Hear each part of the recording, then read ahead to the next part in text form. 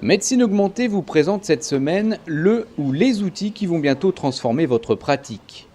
En format ultra portable, connecté directement sur tablette tactile, sans fil, Et que sur une sonde comme ça, on a finalement 3 sondes. ou encore en version poche de la taille d'un smartphone, l'échographie fait sa révolution, à tel point qu'elle pourrait devenir très vite le stéthoscope du 3e millénaire. Preuve en est l'engouement pour le premier congrès d'échographie en médecine générale, organisé en début d'année à Paris par le Centre francophone de formation en échographie. Un rendez-vous où les médecins participants étaient invités à prendre les sondes en main pour tester ce stéthoscope du futur. Il n'y a pas de gadget, ce sont tous des outils intéressants et importants en fonction de l'utilité qu'on en a.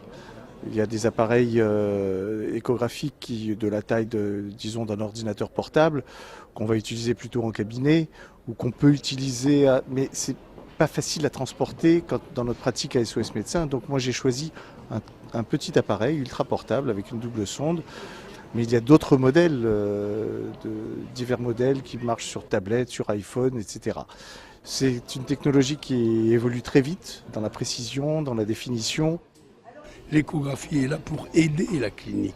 Moi, en tant que clinicien, je vais intégrer toutes les informations que j'ai, y compris l'écho. Donc, c'est pas dire que l'écho est meilleur que la clinique, c'est absurde. C'est absurde. C'est dire seulement que la clinique, elle utilise toutes les informations possibles. Je ne cherche pas à remplacer le radiologue du tout, je cherche à répondre à une question que je me pose à la fin de mon examen clinique. Je me pose une question diagnostique, est-ce que l'échoscope m'y permet d'y répondre ? Et je le sors ou je ne le sors pas en fonction de ça. Notre but au chevet du patient, c'est d'affiner le diagnostic. On va pas faire de la précision obligatoirement parce que les images de toute façon ne sont pas aussi précises que les gros appareils. On va pouvoir repérer une lithiase vésiculaire, une dilatation piélo-calicielle dans un rein, un anévrisme de l'aorte abdominale. Ce sont des choses relativement simples à mettre en évidence, même avec un appareil, un petit appareil. On a tendance au départ d'être un peu trop nerveux, il faut vraiment faire les choses calmement et posément. Avec une formation courte de quelques heures, on peut parfaitement apprendre un diagnostic. Et demain, on ajoutera un deuxième, un troisième, un quatrième. Et dans un an, on sera formé.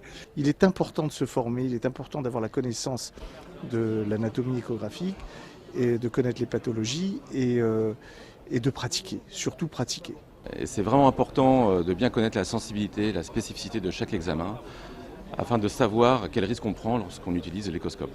Par exemple, lorsqu'on recherche un épanchement péritonéal, avec un échoscope, aussi miniature soit-il, on est sûr de ne pas se tromper. Et c'est le cas également pour d'autres indications comme la dilatation piélo-calicielle que l'on peut rechercher sur une pyélonéphrite afin d'éliminer un obstacle ou à la recherche d'un pneumothorax. A priori, il n'y a pas de liquide.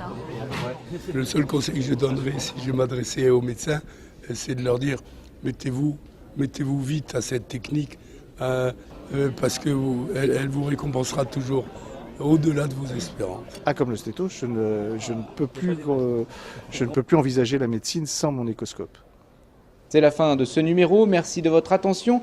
Médecine Augmentée revient le mois prochain pour découvrir de nouvelles innovations médicales.